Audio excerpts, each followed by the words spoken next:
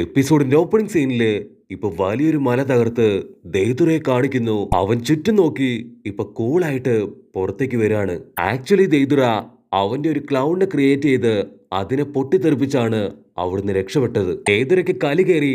അവൻ എന്റെ കൈ തല്ലി ഒടിച്ചതും പോരാഞ്ഞ് എന്റെ എക്സ്പ്ലോഷർ അതുപോലും അവനിപ്പോ വേറെ ഡയറക്ഷനിലേക്ക് മാറ്റിവിട്ടു. അൺബിലീവബിൾ. എനിക്കിത് സഹിക്കാൻ കഴിയില്ല എന്ന് പറയുമ്പോ കട്ട് ചെയ്ത സാസുരി മരിച്ചു കിടക്കുന്ന ആ ഒരു ഗുഹയില് ഇപ്പൊ ഒരുപാട് പപ്പടുകൾക്കിടയില് ആരോ എന്തോ അന്വേഷിച്ചുകൊണ്ടിരിക്കുകയാണ്. അപ്പൊ സെറ്റ്സു അവൻ ഹായ് ആയിട്ട് ഇപ്പൊ ആ ഒരു ഗുഹയിലേക്ക് കയറി വരും. സാസുരിയുടെ യഥാർത്ഥ ഫേസ് കണ്ട് ഇപ്പൊ സെറ്റ്സു അവൻ ഒരു മിനിറ്റ് ഷോക്കാവും. അപ്പൊ ഗുഹയിൽ ഒരുത്തൻ ഇപ്പൊ നിലവിളിച്ചു പറയും, നമ്മൾ അന്വേഷിച്ച സാസുരിയുടെ കൈ അതെനിക്ക് കിട്ടി. ആക്ച്വലി ഇവനും അക്കാസ്കി ഓർഗനൈസേഷനിൽ പെട്ട ഒരു മെമ്പറാണ്. അവൻ ഒരുപാട് അന്വേഷിച്ചാണ് ഇപ്പൊ സാസുരിയുടെ കൈ അത് കണ്ടുപിടിച്ചത്. ആ കയ്യിലുള്ള ഒരു റിങ്, അതിനുവേണ്ടിയാണ് അവര് രണ്ടുപേരും ഇപ്പൊ അവിടേക്ക് വന്നത്. ഈ ഒരു മുഖംമൂടിക്കാരന്റെ പേരാണ് ടോബി. മുഖംമൂടി ആ ഒരു മോതിരം എടുത്ത് ഇപ്പൊ മുൻപോട്ട് നടക്കുമ്പോ അവന്റെ കൈ വെഴുതി മോതിരം താഴേക്ക് പോവും. അവൻ ഉടനെ ഇപ്പൊ സെറ്റ്സുവിനോട് 2 മിനിറ്റ് വെയിറ്റ് ചെയ്യാൻ പറഞ്ഞ് ആ ഒരു മോതിരം അത് തപ്പി എടുക്കാൻ തുടങ്ങും. കട്ട് ചെയ്താ ഇവിടെ സാൻഡ് വില്ലേജില് മാസ്റ്റർ ബാക്കി ആവട്ടെ ഇപ്പൊ ഓടിക്കൊണ്ടിരിക്കുകയാണ്. ബാക്കി ഒരുപാട് ഹാപ്പിയാണ്.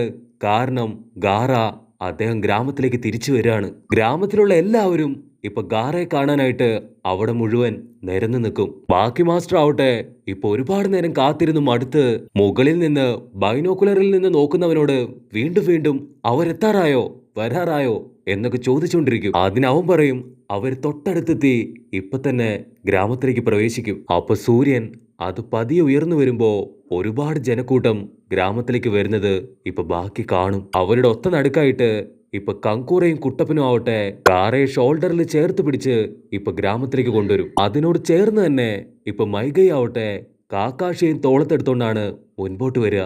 അതായത് കാക്കാഷി ആൾ ഓൾറെഡി തന്റെ മങ്കിക്യൂ ശരീരം കണ്ട് ഉപയോഗിച്ചുകൊണ്ട് തന്നെ ഇപ്പൊ ഒരുപാട് ടയേർഡാണ്. ജനങ്ങളാണെങ്കിൽ ഇപ്പൊ ഭയങ്കര ഹാപ്പി. അവര് ഗാറയുടെ പേര് വിളിച്ച് അവിടെ കിടന്ന് വിളിച്ചു പോവും. കങ്കൂറയ്ക്കാവട്ടെ അതുകൊണ്ട് ഒരുപാട് സന്തോഷാവും. നെജിയും ബാക്കിയുള്ളവരെല്ലാവരും വണ്ടടിച്ച് നിൽക്കുമ്പോ നമ്മുടെ ഗാറയ്ക്ക് അത് വിശ്വസിക്കാനേ കഴിയില്ല. കാരണം ഒരു കാലത്ത് എല്ലാവരും അവനെ മോൺസ്റ്റർ ആണെന്ന് പറഞ്ഞ് അകറ്റി നിർത്തിയിരുന്നു. ജനങ്ങളെല്ലാവരും ഇപ്പൊ ഗാറയുടെ അടുത്തേക്ക് വരുമ്പോ കങ്കൂറ ആവട്ടെ തല കുനിച്ച് ഇപ്പൊ ഗാറയെ വീണ്ടും ഗ്രാമത്തിലേക്ക് ക്ഷണിക്കും. ഗാറ കുട്ടപ്പനോട് ഇപ്പൊ ഒരുപാട് നന്ദി പറയും. നീ ഒറ്റൊരാൾ കാരണമാണ് ഇപ്പൊ ഗാറയെ ഞങ്ങൾക്ക് തിരികെ കിട്ടിയത്. നീ അവനു വേണ്ടി ഒഴുക്കിയ കണ്ണീരിന് അതിനിപ്പോ വിലയുണ്ടായി. അതിന് കുട്ടപ്പൻ ഞാൻ കാര്യമായിട്ട് ഒന്നും ചെയ്തില്ല, ഗ്രാൻഡ്മയാണ് ഗാറയെ തിരിച്ചു കൊണ്ടുവന്നതെന്ന് കുട്ടപ്പൻ അവരോട് പറയും. ബാക്കി മാസ്റ്റർ ആവട്ടെ ജനങ്ങളോട് പറയും, വഴി മാറിക്കൊടുക്ക്, നമ്മുടെ ഗാറ അദ്ദേഹം ഗ്രാമത്തിലേക്ക് തിരികെ വന്നിരിക്കുകയാണ്. അത് കേൾക്കേണ്ട താമസം ഇപ്പൊ എല്ലാവരും വഴിമാറും. ഗാറയും ബാക്കിയുള്ള എല്ലാവരും ഇപ്പൊ ഗ്രാമത്തിലേക്ക് കയറും. അപ്പൊ അവരുടെ പിന്നാലെ തന്നെ ഇപ്പൊ ഗ്രാൻഡ്മയുടെ ബോഡി അവിടേക്ക് കൊണ്ടുവരും. അത് കണ്ട് ഗാറ പറയും, മുൻപിൽ പോവേണ്ടത് അത് നമ്മളല്ല ഗ്രാൻഡ്മയാണ്. അങ്ങനെ ഗ്രാൻഡ്മയുടെ ബോഡി അത് മുൻപോട്ട് കൊണ്ടുവരുമ്പോ ജനങ്ങളെല്ലാവരും ഇപ്പൊ ഗ്രാൻഡ്മയ്ക്ക് വേണ്ടി പ്രാർത്ഥിക്കാൻ തുടങ്ങും. ജനങ്ങളുടെ എല്ലാ സ്നേഹം കാണുമ്പോ ഇപ്പൊ ഗ്രാൻഡ്മയ്ക്ക് ഒരുപാട് സന്തോഷമായി. ആള് പതിയെ കരയാൻ തുടങ്ങും. ഹെഡ് ക്വാർട്ടേഴ്സിൽ എത്തുമ്പോ ഇപ്പൊ നറൂട്ടോ പറയും, ഞങ്ങൾക്ക് എത്രയും പെട്ടെന്ന് ഇപ്പൊ ഗ്രാമത്തിലേക്ക് പോകണം. അതിന് ടെമരി പറയും, ഇത്ര പെട്ടെന്നോ, കുറച്ചു നേരം റെസ്റ്റ് എടുത്തിട്ട് പതിയെ പോകാന്ന് പറയുമ്പോ കുട്ടപ്പൻ പറയും, ഇല്ല ഇല്ല, ഞങ്ങൾക്ക് എത്രയും പെട്ടെന്ന് ഇപ്പൊ ഗ്രാമത്തിലെത്തി ഹൊക്കാഗയുടെ അടുത്ത് ഇതെല്ലാം തന്നെ റിപ്പോർട്ട് ചെയ്യണം. അത് കേൾക്കുമ്പോ കാക്കാഷി പറയും, ഇപ്പൊ ഓൾറെഡി അക്കാസ്കി മെമ്പർ ഹിഡൻ സാൻഡ് വില്ലേജിനെ തകർക്കാൻ ശ്രമിച്ചു. അടുത്തതായിട്ട് തീർച്ചയായിട്ടും അവരുടെ ഉന്നം അത് ലീഫ് വില്ലേജ് ആയിരിക്കും. ഞങ്ങൾക്ക് എത്രയും പെട്ടെന്ന് ഞങ്ങളുടെ ഗ്രാമം അതിനെ സംരക്ഷിക്കണമെന്ന് പറയുമ്പോ ഇപ്പൊ ബാക്കി മാസ്റ്റർ പറയും, കാക്കാഷിയുടെ കണ്ടീഷൻ അത് വളരെ മോശമല്ലേ, ഈ ഒരു അവസ്ഥയില് നിങ്ങൾ പോയാല് അത് വളരെ സങ്കടമാണെന്ന് പറയുമ്പോ അതിന് കാക്കാഷി പറയും, എന്റെ കൂടെ ഗ്രാമത്തിൽ തന്നെ ഏറ്റവും സ്ട്രോങ് ആയിട്ടുള്ള എന്റെ ഫ്രണ്ട് മൈഗയുണ്ട്, എനിക്ക് യാതൊന്നും വരില്ല. അപ്പൊ അതേ സമയത്ത് ഇപ്പൊ ടക്കമൊരു പക്ഷി ആവട്ടെ ലീഫ് വില്ലേജിലേക്ക് പറന്നുകൊണ്ടേയിരിക്കുകയാണ്. ടക്കമൊരു പക്ഷി സാൻഡ് വില്ലേജിൽ നിന്ന് കൊണ്ടുവന്ന ആ ഒരു ലെറ്റർ അത് ഹൊക്കാഗയ്ക്ക് കൊടുക്കും. അത് വായിക്കുമ്പോ അവർക്ക് മനസ്സിലാവും ഗാറ തിരികെ എത്തി, പക്ഷെ ഗ്രാൻഡ്മ അദ്ദേഹം മരിച്ചു പോയെന്ന്. മാത്രമല്ല ലീഫ് വില്ലേജിലെ ആളുകളെല്ലാം തന്നെ ഇപ്പൊ ഗ്രാമത്തിലേക്ക് തിരികെ വന്നുകൊണ്ടിരിക്കുകയാണ്. ഹൊക്കാഗയ്ക്കാവട്ടെ ഇപ്പൊ ഗ്രാൻഡ്മ മരിച്ചത് അറിയുമ്പോ ഒരുപാട് വിഷമാവും. പക്ഷെ അസിസ്റ്റന്റ് ചേച്ചിയുടെ ഡൗട്ട് അത് മറ്റൊന്നാണ്.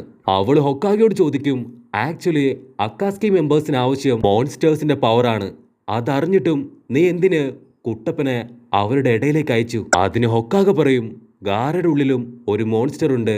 അവന്റെ പെയിൻ, സങ്കടം, എല്ലാ കാര്യങ്ങളും കറക്റ്റായിട്ട് കുട്ടപ്പന് മാത്രമേ മനസ്സിലാവൂ. അതുകൊണ്ടാണ് കുട്ടപ്പനെ ഞാൻ ഈ ഒരു മിഷൻ അയച്ചത്. അവനൊരു മിസ്റ്റീരിയസ് പവർ ഉണ്ട്. അവൻ ആരെങ്കിലും പരിചയപ്പെടുകയാണെങ്കിൽ പെട്ടെന്ന് തന്നെ അവരുമായിട്ട് ഫ്രണ്ട്സ് ആവും. കട്ട് ചെയ്താ ഇവിടെ കുട്ടപ്പനും ഗ്രാൻഡ്പയും സാക്കുറയും എല്ലാവരും ഇപ്പൊ ഗ്രാൻഡ്മയുടെ കല്ലറ നോക്കി അങ്ങനെ നിൽക്കുകയാണ്. ഗ്രാൻഡ്മ അവളുടെ ജീവിതത്തില് ഒരു കല്ലറ പോലും പ്രതീക്ഷിച്ചിട്ടുണ്ടായിരുന്നില്ല. ഇന്ന് അവളുടെ സ്ഥാനം ഗ്രാമത്തിലുള്ള എല്ലാവരുടെയും മനസ്സിലാണെന്ന് ഇപ്പൊ ഗ്രാൻഡ്പ പറയും. ഫെയർവെൽ പാർട്ടി കഴിഞ്ഞ് ഇപ്പൊ എല്ലാവരും തിരികെ പോകുമ്പോ ഗ്രാൻഡ്പ ആവട്ടെ ഇപ്പൊ ഗ്രാൻഡ്പയുടെ കല്ലറയിലേക്ക് തിരിഞ്ഞു നോക്കും. അവിടെ ഇപ്പോഴും കുട്ടപ്പനും സാക്കുറയും പ്രാർത്ഥിച്ചുകൊണ്ടേയിരിക്കുകയാണ്. ഗ്രാൻഡ്മയോടുള്ള അവരുടെ സ്നേഹം കാണുമ്പോ ഇപ്പൊ ഗ്രാൻഡ്പയ്ക്കും ഒരുപാട് വിഷമാവും. ഉടനെ ലീ പുറകിന്ന് വിളിച്ചു പറയും, കുട്ടപ്പ നമുക്ക് സമയമില്ല, എത്രയും പെട്ടെന്ന് ഗ്രാമത്തിലേക്ക് പോകണം. അത് കേട്ട് കുട്ടപ്പൻ ഇപ്പൊ ലീയുടെ അടുത്തേക്ക് വരുമ്പോ സാക്കുറ ആവട്ടെ ഗ്രാൻഡ്മയോട് ഒരിക്കൽ കൂടെ താങ്ക്സ് പറഞ്ഞ് ഇപ്പൊ തിരികെ ലീഫ് വില്ലേജിലേക്ക് യാത്രയാവും. നമ്മുടെ രണ്ട് സ്വത്തുമണികളും ഇപ്പൊ പരസ്പരം നോക്കി നിൽക്കുകയാണ്. അപ്പൊ കുട്ടപ്പൻ പറയും, സാധാരണ ഇങ്ങനൊരു അവസ്ഥയില് കൈ കൊടുത്ത് പിരിയുന്നതാണ് എല്ലായിടത്തും കണ്ടിട്ടുള്ളത്. പക്ഷെ എനിക്ക് നാണാവുന്നു പറയുമ്പോ ഇപ്പൊ ഗാര ആവട്ടെ അവന്റെ കൈ പതിയെ നീട്ടും. അപ്പൊ അതേ സമയത്ത് ഗാര ആവട്ടെ അവന്റെ സാൻഡിന്റെ പവർ കൊണ്ട് പതിയെ കുട്ടപ്പന്റെ കൈ അത് മുകളിലേക്ക് കൊണ്ടുവന്ന് ഇപ്പൊ ഷെയ്ക്ക് ഹാൻഡ് കൊടുപ്പിക്കും. അങ്ങനെ ടാറ്റ ബൈ ബൈ ഒക്കെ പറഞ്ഞ് ഇപ്പൊ നമ്മുടെ ആൾക്കാര് തിരികെ പോയിക്കൊണ്ടിരിക്കുകയാണ്. ആകാശിയെ തൂക്കിയെടുത്ത് ഇപ്പൊ മൈഗയ്ക്കാവട്ടെ സ്പീഡിൽ നടക്കാനേ കഴിയുന്നില്ല. മൈഗൈ ബുദ്ധിമുട്ടെന്ന് കണ്ട് ഇപ്പൊ ടെൻഷൻ ആവട്ടെ അവര് നോക്കി കളിയാക്കും. നിങ്ങൾ ആമയുടെയും പോലെ നടക്കല്ലേ, കുറച്ച് സ്പീഡിൽ വായോ എന്നൊക്കെ പറഞ്ഞ് അവള് മുൻപോട്ട് ഓടുമ്പോ കാക്കാശി ആവട്ടെ ഇപ്പൊ മൈഗയോട് സോറി പറയും. സോറി, ഞാൻ കാരണമാണ് നിനക്ക് ഇത്രയും ബുദ്ധിമുട്ട് വന്നത്. അത് കേട്ട് മൈഗൈ ഇപ്പൊ കാക്കാഷിയെ മുകളിലേക്ക് തൂക്കേറിയും. കാക്കാഷി നോ എന്നൊക്കെ പറഞ്ഞ് അലറി ഇപ്പൊ മുകളിലേക്ക് പോകുമ്പോ മൈഗൈ സിമ്പിൾ ആയിട്ട് അവനെ തൂക്കിയെടുത്ത് പുറത്തിട്ട് മുൻപോട്ട് ഓടാൻ തുടങ്ങും. ബാക്കി ആൾക്കാരാവട്ടെ മൈഗൈയുടെ ഒരു പിരി പോയെന്നും പറഞ്ഞ് അവനെ നോക്കി നിൽക്കും. അവൻ കാക്കാഷി ഇറുക്കി പിടിച്ച് എന്റെ സ്പീഡ് അതിപ്പോ കണ്ടോന്നും പറഞ്ഞ് റോക്കറ്റ് വിട്ട പോലെ മുൻപോട്ട് കുതിക്കാൻ തുടങ്ങും.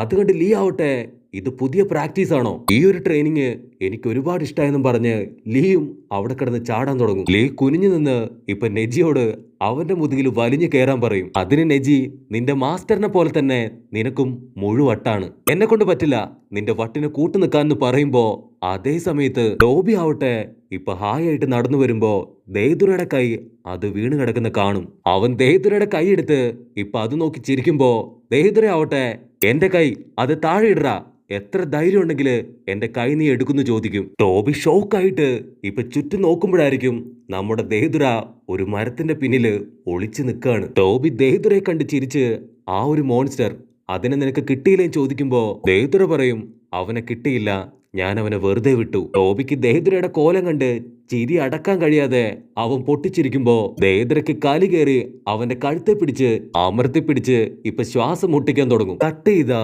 ഇപ്പൊ ലീഫ് വില്ലേജില് ഡാൻസോ എന്ന് പറയുന്ന മറ്റൊരുത്തനെ കാണിക്കും. അവൻ വേറൊരുത്തനോട് പറയും, ഇനി മുതല് നീ കക്കാഷിയുടെ ടീമിലായിരിക്കും ജോയിൻ ചെയ്യാൻ പോകുന്നത്. അവരുടെ ടീമിലിരുന്ന് നറൂട്ടോ കുട്ടപ്പനെ നീ കറക്റ്റായിട്ട് ഒബ്സർവ് ചെയ്യണം. ഈ ഗ്രാമത്തിൽ തന്നെ ചെറിയ കുട്ടികളില് നീയാണ് ഏറ്റവും സ്ട്രോങ്. മാത്രമല്ല നിന്റെ പെയിന്റിംഗ് ടാലന്റ് അത് അടിപൊളിയാണ്. ഇന്നു മുതല് നിന്റെ പേര് അത് സായ് എന്നായിരിക്കും. അത് കേൾക്കുമ്പോ ആ ഒരു ചിന്ന പയ്യൻ ഒരു ഫേക്ക് സ്മൈൽ ഇടും. അതിനാള് പറയും, നിന്റെ ഫേക്ക് സ്മൈല് എനിക്ക് കാണേണ്ട ആവശ്യമില്ല. അത് കേട്ട് ചിന്ന പയ്യൻ, ഞാനൊരു ബുക്കിൽ വായിച്ചിട്ടുണ്ട്, ഇതുപോലെ ചിരിക്കുകയാണെങ്കിൽ അത് ഒറിജിനൽ സ്മൈലായിട്ട് തന്നെ തോന്നുമെന്ന്. ഞാൻ മനുഷ്യന്മാരെ പോലെ ആവാൻ ഇപ്പൊ ട്രെയിൻ ചെയ്തുകൊണ്ടിരിക്കുകയാണെന്ന് പറയുന്നതോട് കൂടെ ഈ ഒരു എപ്പിസോഡും അവസാനിക്കുന്നു.